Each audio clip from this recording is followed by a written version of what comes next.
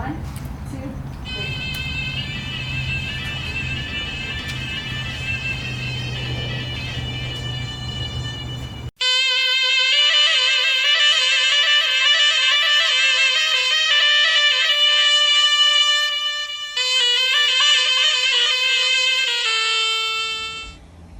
برنج با پوست میگن چلتوک. اون یه جا خزانه میگیرن، روش پارچه میاندازن.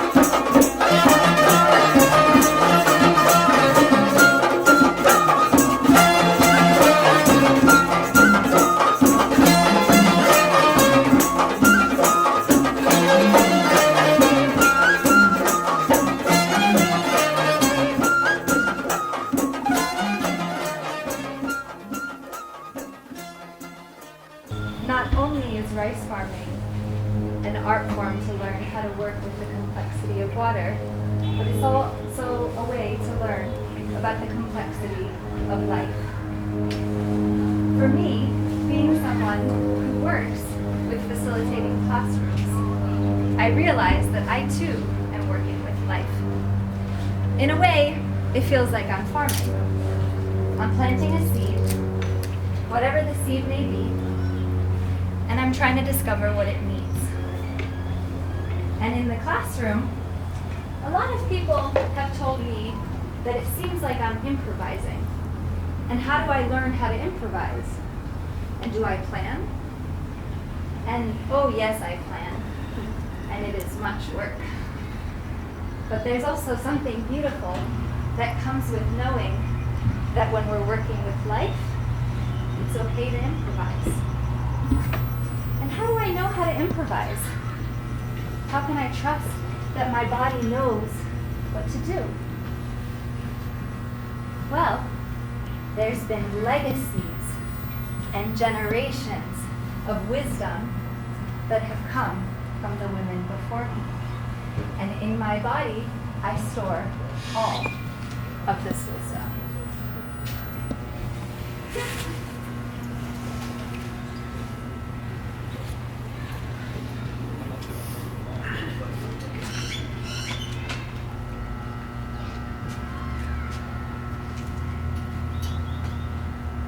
process process of carrying water from the source of the river to its end, bringing more pristine water to the river after it has navigated its course, helping the river remember. A sacred responsibility shared with us by Sharon Day, an Ojibwe elder. She taught us we must keep the water flowing in one direction, in constant motion, as it flows in the river.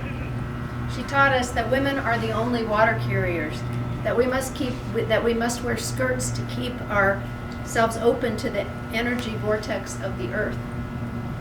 Only 2 people walked at a time. First the water carrier, then a protector holding a tall staff topped with the head of a bald eagle. Collectively, we walked over 30 miles the day I participated, from the countryside into downtown Phoenix, trying to follow the river. The water was channeled into canals, so very remote from a free-flowing river. We walked through industrial and commercial areas, then past people's yards. Few people on the streets registered surprise or recognition at the sight of us. Sacred water with eagle passing through their world. The sacredness of the water and the irrepressible life force of nature, even in the face of asphalt and concrete, keeps resonating with me. I am so grateful to the elder who allowed us to share in this ceremony, to feel the oneness with the water. I think if we had to haul our own water, which my family did when I was young, we would be much more mindful of how we use it and more grateful for it.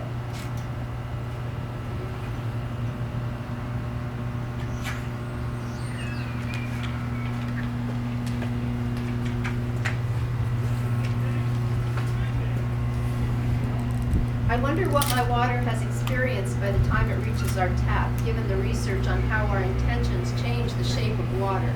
It seems like a stressful trip for the water, far from its natural rhythms. I try to thank my water as often as I can remember. Zora will bring around this bowl as an invitation to you to offer your love, your thanks, and your respect to the water.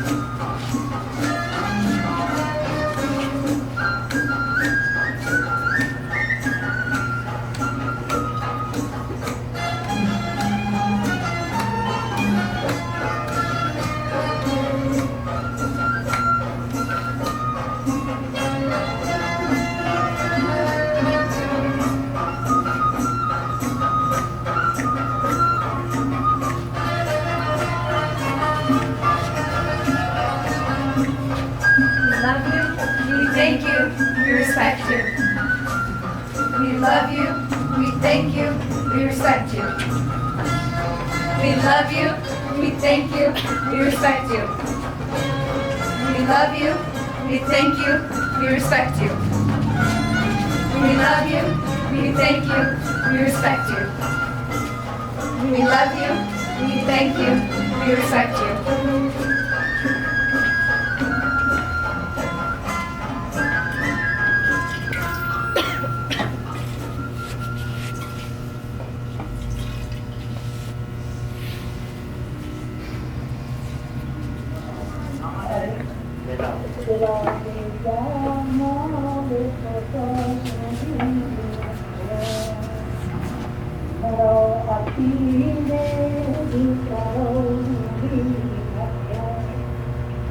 حوصله‌از ناله و زاری تو را چه سودی از شب زنده داری تو را کجا کند ناله به قلبش اثر ز حال دل داده زارش خبر ای خدا خدایا دلم خون شد ز دستش فدای آن چشمان شور خم مستش قسم دلت کرد که جفا می‌کنی قسم به عشقت که خطا می‌کنی دل حسن تو ندارد بقا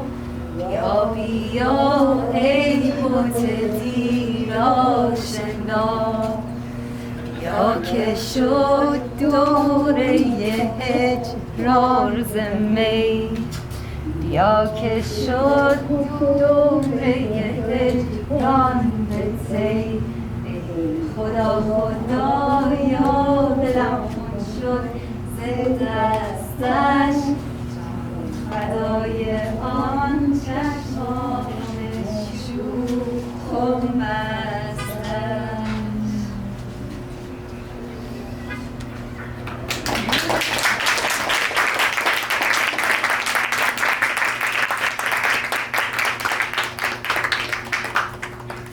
So that was our final piece that we wanted to share with you, titled A Walk with Her Wisdom. And the voice you just heard was my maternal grandmother, Monava Nahal Bekom. And she is singing a song that we haven't been able to find in any sort of internet record. And so the power of the oral tradition has been really central to preserving this song. And this song has actually come to me almost as a totem without me realizing it throughout many stages of my PhD program. And what the meaning of the song is saying is loosely translated as follows. She starts with talking to her heart, and she's saying, okay, heart, I'm tired. What do you want to do? You know, what are you going to pull me in this way? Are you going to pull me in that way? Let me be. I need to take responsibility of my life. And at the same time, she goes on to say, but what can I do? Then she kind of transitions into singing to the beloved, right? And in Persian culture, we have a strong connection between the beloved, one's lover, and a sense of God or a sense of connection to a source above us. And so she begins to say that I can't help but be so in love, and I can't help but be motivated by love. And this piece was an ode to the women who have been working and carrying the wisdom of water for many generations. And to close, I wanted to say that I too honor and acknowledge the role of the masculine and the men. And by no means do I wish to discriminate or diminish by any means, because there's been a silent participant in this event who is my husband. And for me, my husband has been my motivator, my fuel source. And there's been kind of a secret theme about water that I haven't told you just yet. And there's this great song in Persian that has this line, and it says, قطره ها وقتی به هم دل می‌بندن دریا میشن آدما وقتایی که عاشق میشن زیبا میشن. And it's saying, when water droplets bind to one another with love, they form the ocean. And when human beings bind to one another with love, we become our full potential. We become beauty. And so for me, just to conclude, I wanted to offer my first thanks to the lovely women who have supported me throughout this project. To Octavio and to Coley, who are helping in ways that I cannot even begin to